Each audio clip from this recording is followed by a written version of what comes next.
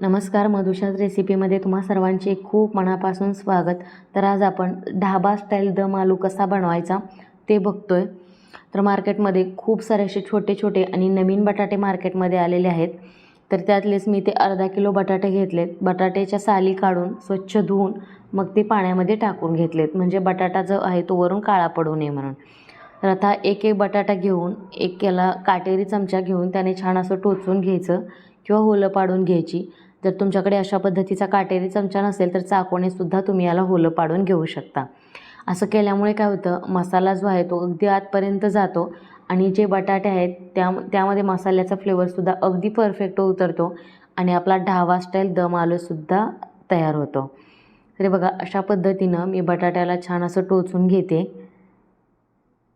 आणि जर तुमच्याकडे छोटी बटाटी नसतील तर मोठी बटाटी तुम्ही वापरू शकता कट करून। पण शक्यतो छोट्या बटाट्याचा जो दम आलू आहे तो थोडासा चवीला टेस्टी होतो। तर बटाटे छान असे टोचून झालेत आणि एक मोठे 4 चमचे तेल मी कढईमध्ये गरम करून घेतले आणि तेलामधून छान असा कडकडीत तेल गरम होऊन त्यामधून धूर निघायला लागला की मगच बटाटे तेलामध्ये टाकून घ्यायचे।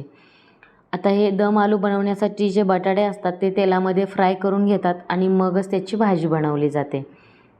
बटाटे शिजवून घ्यायचे नाही आहे तर ते तेलामध्ये फ्राय करून घ्यायचे। तेल एक्स्ट्राचं वाया जाऊ नये म्हणून मी थोडंसंच तेल कढईमध्ये टाकलं होतं। आणि हे बघा, असे छान असे ब्राऊन कलरवरती बटाटे आपल्याला तळून घ्यायचेत। बटाट्याचा जो कलर आहे ते पूर्णपणे वरून सुरकुतले पाहिजेत इथपर्यंत तळून घ्यायचे, म्हणजे नंतर ते ग्रेव्हीमध्ये टाकल्यानंतर फार वेळ आपल्याला शिजवायची गरज नाही। तर हे बघा, छान असे खरपूस बटाटे तळून झालेत, मी काढून घेते। यातलं जे शिल्लक तेल आहे ते सुद्धा आपण एका पळीच्या साहाय्याने काढून घेतोय आणि हेच तेल नंतर आपण भाजीसाठी वापरणार आहोत। तर आता या तेलामध्ये आपण भाजीसाठीचा जो मसाला बनवणार आहोत ते साहित्य भाजून घेतोय। सुरुवातीला मी 2 मध्यम आकाराचे कांदे स्लाइसमध्ये कट करून घेतले, ते घालून घेतले। यानंतर अद्रक आणि लसूण, एक 5 ते 6 लसूण पाकळ्या आणि 1 इंच आलं घेतले। 2 सुक्या लाल मिरच्या घेतल्यात, तोडून वापरल्यात मी इथं। आणि एक 5 ते 6 काजू घेतलेत, कारण काजू घातल्यामुळे काय होतं, ज्या ग्रेव्हीला एक थिकनेसपणा येतो आणि ज्या आपण ग्रेव्हीमध्ये टोमॅटो आणि कांदा वापरतो तर ते पाणी एकीकडं आणि ते कांदा टोमॅटो एकीकडं होत नाही आणि भाजीचं जे टेक्स्चर आहे ते एकदम क्रीमी येतं। त्यामुळे ढाबा स्टाईल आलू बनवताना त्यामध्ये 5 ते 6 काजू वापरायचे। तर कांदा छान असा आपला भाजून झाला आहे। आता यामध्ये घालायचं एक मोठ्या आकाराचा टोमॅटो मी कट करून घेतला आहे। कांदा भाजल्यानंतर मग टोमॅटो घालायचा, कारण टोमॅटो परतण्यासाठी फार असा वेळ लागत नाही, टोमॅटो लगेचच सॉफ्ट होतो। जर तुम्हाला वाटलं तर यावरती तुम्ही मीठ घालू शकता, मीठ घातल्यामुळे सुद्धा टोमॅटो पटकन सॉफ्ट होतो। हे बघा, टोमॅटोसुद्धा अगदी पटकन सॉफ्ट झाला आहे। गॅस बंद करायचा आहे आणि मिश्रण आपल्याला थंड होऊन द्यायचं आहे। आणि मिश्रण पूर्णपणे थंड झाल्यानंतर मग आपण मिक्सरमधून पाणी न घालताही छान असं बारीक वाटून घ्यायचं आहे। पाण्याचा एक थेंबही घालायचा नाही, कारण पाणी घातल्यामुळे काय होतं, जेव्हा तुम्ही मसाला तेलामध्ये टाकता तर त्याचे ते शिंतोडे बाहेर उडतात आणि आपला गॅससुद्धा खराब होतो। तर आता मसालासुद्धा तयार झाला आहे। त्याच जे काढून घेतलेलं तेल होतं त्यातलंच एक 4 चमचे मी तेल इथं कढईमध्ये घालून घेतलं आहे। दुसरं तेल वापरायची गरज नाही आहे, ज्यामध्ये आपण बटाटे फ्राय केले तेच तेल वापरायचं।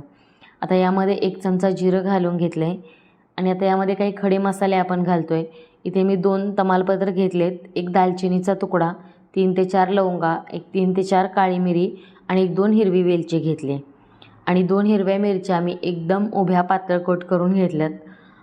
हिरवी मिरचीमुळे काय होतं, तिखटाचं प्रमाण कमी होतं आणि भाजीला एक छान असा वेगळा फ्लेवर येतो। हे सगळे मसाले तेलामध्ये व्यवस्थित परतून झाले की मग यामध्ये वाटून घेतलेला मसाला घालायचा आहे। आणि जेव्हा तुम्ही टोमॅटो वापरता तो थोडासा लालसर वापरायचा, म्हणजे ग्रेव्हीला कलरसुद्धा छान येतो आणि भाजीलासुद्धा कलर छान येतो। तर तुम्ही बघू शकता भाजी आणि जो ग्रेव्ही आहे ती एकदम छान आणि लालसर कलरची झाली आहे। आता व्यवस्थित मिक्स करून घेतल्यानंतर त्याच्यावरती झाकण ठेवून एक 3 ते 4 मिनिटे याला छान असं वाफवून घेऊया, म्हणजे त्या मसाल्यामधून तेल रिलीज होईल।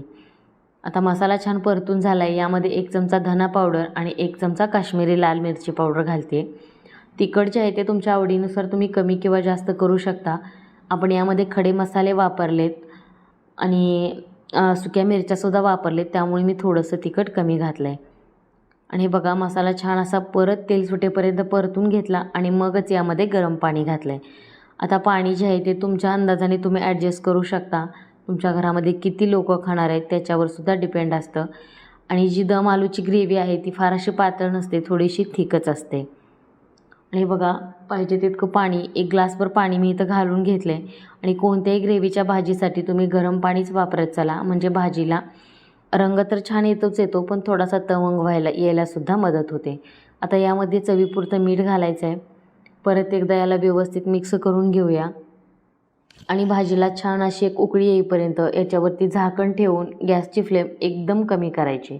म्हणजे एकदम लो फ्लेमवरती ही भाजी आपल्याला उकळवून घ्यायची आहे. हे बघा भाजीला छान अशी उकळी आलेली आहे. याला परत एकदा मिक्स करून घ्यायचं आणि फ्राय करून घेतलेले बटाटे घालायचे. आता बटाटे ग्रेव्हीमध्ये घातल्यानंतर एक 6 ते 7 मिनिट याला परत एकदा झाकण ठेवून छान असं शिजवून द्यायचं आहे. जेव्हा तुम्ही दम आलू बनवता तर त्याची जी भाजी आहे ती फार अशी ऑइली नसते किंवा त्या भाजीवरती फार असं तेलाचं प्रमाणसुद्धा नसतं. अशाच पद्धतीची त्याची ग्रेव्ही तयार होते. आता छान असं मिक्स करून झाले, भाजीसुद्धा छान शिजते आणि झाकण ठेवून एक 6 ते 7 मिनिट याला परत एकदा लो टू मिडियमवरती आपण शिजवून घेणार आहोत.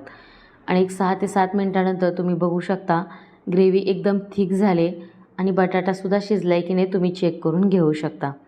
शक्यतो बटाटा आपण 70 ते 80% फ्राय करून घेतला आहे, त्यामुळे नंतर ग्रेव्हीमध्ये एक 20%च बटाटा आपण शिजवून घेतो आणि तो शिजण्यासाठी फार असा काही वेळ लागत नाही. बटाटा छान असा शिजला आहे. आता यामध्ये वरून 1 चमचा गरम मसाला घालायचा, म्हणजे त्याने भाजीला फ्लेवर छान येतो. आणि खूप सारी अशी बारीक चिरलेली फ्रेश कोथिंबीर.